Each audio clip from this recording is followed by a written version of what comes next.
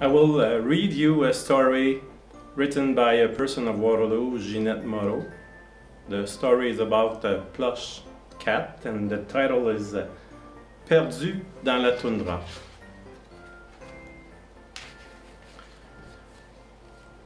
Un camion rempli de jouets quitte Montréal et roule vers le nord du Québec. Dans une boîte, un chat gris en peluche tremble de peur. Où m'amène-t-on? Se demande-t-il, inquiet après plusieurs heures. J'ai froid. Est-ce qu'on va rouler jusqu'au pôle Nord? Après avoir sillonné la taïga, la route prend fin et le camion s'arrête dans la communauté amérindienne de Chisasibi. Pour rejoindre les rares villages plus au nord, les gens n'ont d'autre choix que d'utiliser l'avion ou le bateau. Le chat en peluche est placé sur une tablette du magasin général. Le lendemain, une dame allochtone regarde la peluche avec intérêt, puis elle l'achète et la ramène chez elle. Peut-être vais-je enfin trouver un vrai foyer, songe la peluche avec optimisme. Le matin de Noël arrive, la dame, son mari et leurs 3 enfants se réunissent autour du sapin pour la distribution des cadeaux. Vincent, le Benjamin, découvre au fond d'une boîte le mignon chat en peluche qui le regarde timidement. « Comme tu es beau, je vais t'appeler Chat », décrète fièrement l'enfant. Ses grands frères, Léo et Félix, pouffent de rire devant ce choix de nom inusité. Le garçonnet ne s'en formalise pas et serre la peluche dans ses bras. Chat se sent heureux. Vincent et lui deviennent rapidement inséparables. « Enfin, j'ai trouvé une famille », se réjouit la peluche. Les parents de Vincent ont pour ami un chasseur-cri du nom de Bobby Snowboy. Un jour d'été, la famille décide d'aller à un powwow à Wapsmagostiu, dans la baie du Tson. Le chasseur Bobby les transporte dans son grand canot à moteur. Vincent insiste pour amener sa peluche. « Tu risques de la perdre », l'avertit sa maman. « Je ferai attention », promet Vincent. L'embarcation file sur les eaux de la baie James. Soudain, le vent se lève et de gros nuages se forment à l'horizon. En approchant du cap Jones, des vagues immenses commencent à faire tanguer de façon inquiétante le canot et ses passagers. Vincent serre bien fort Chant dans ses bras. La peluche est terrifiée. Et si le canot chavirait dans l'eau glacée, s'inquiète-t-elle. Nous allons accoster sur l'île et y camper pour la nuit, décide Bobby, préoccupé par la sécurité de ses passagers. Lorsque la tente est installée, la famille part explorer l'île. Vincent prend son chat en peluche avec lui. De nombreux rochers sont disséminés et les enfants s'amusent à jouer à cache-cache parmi ceux-ci. Puis tous retournent à la tente pour souper. Lorsque l'heure du coucher arrive, Vincent pousse un cri en réalisant qu'il ne trouve pas sa peluche. « Chat, où est Chat? » s'inquiète-t-il en fondant en larmes. « Tu l'as probablement laissé parmi les rochers, suppose sa maman. Nous le retrouverons demain avant de partir. » Vincent finit par s'endormir épuisé. Il rêve que Chat l'appelle, terrifié d'être seul dans la nuit. Le lendemain matin, malgré de longues recherches, la peluche demeure introuvable. Le temps s'annonce orageux. La décision est prise d'écourter le voyage et de rentrer à la maison. « Mais on ne peut pas abandonner Chat ici », proteste Vincent. « J'accompagnerai bientôt Bobby à la pêche dans les environs et j'en profiterai pour venir chercher ta peluche », lui promet son papa pour le rassurer. Toute la famille remonte donc dans le canot à moteur et Vincent regarde tristement l'île disparaître au loin. Il s'inquiète pour son fidèle compagnon. Il craint qu'un renard, un loup, voire un ours polaire ne trouve et ne dévore son animal en peluche sans défense.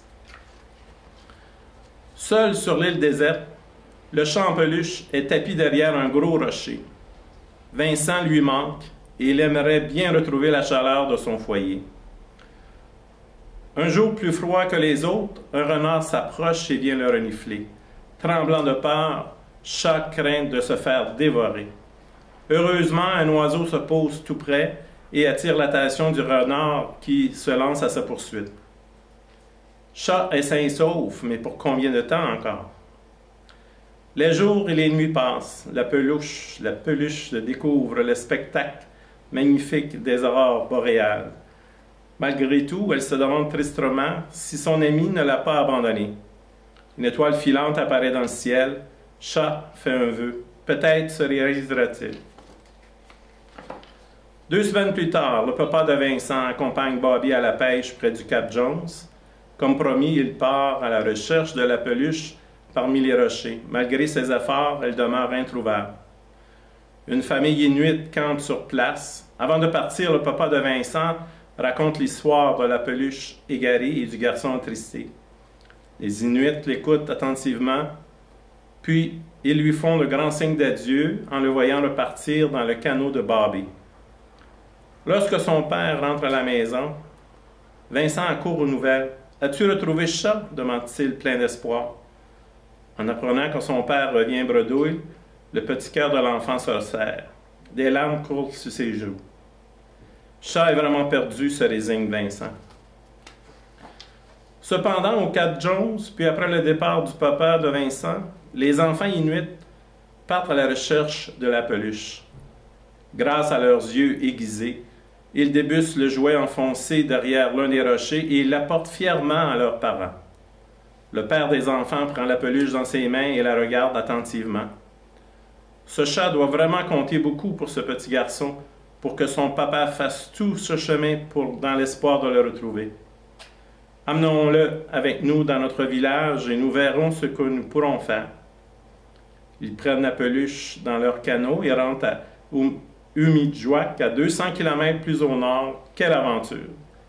Comment Vincent pourrait me retrouver ici, songe Chat inquiet. Quelques jours plus tard, une amie autochtone annonce à la maman qu'elle a appris par la radio du Nord que le chat en peluche a été retrouvé, après l'avoir ramené chez elle.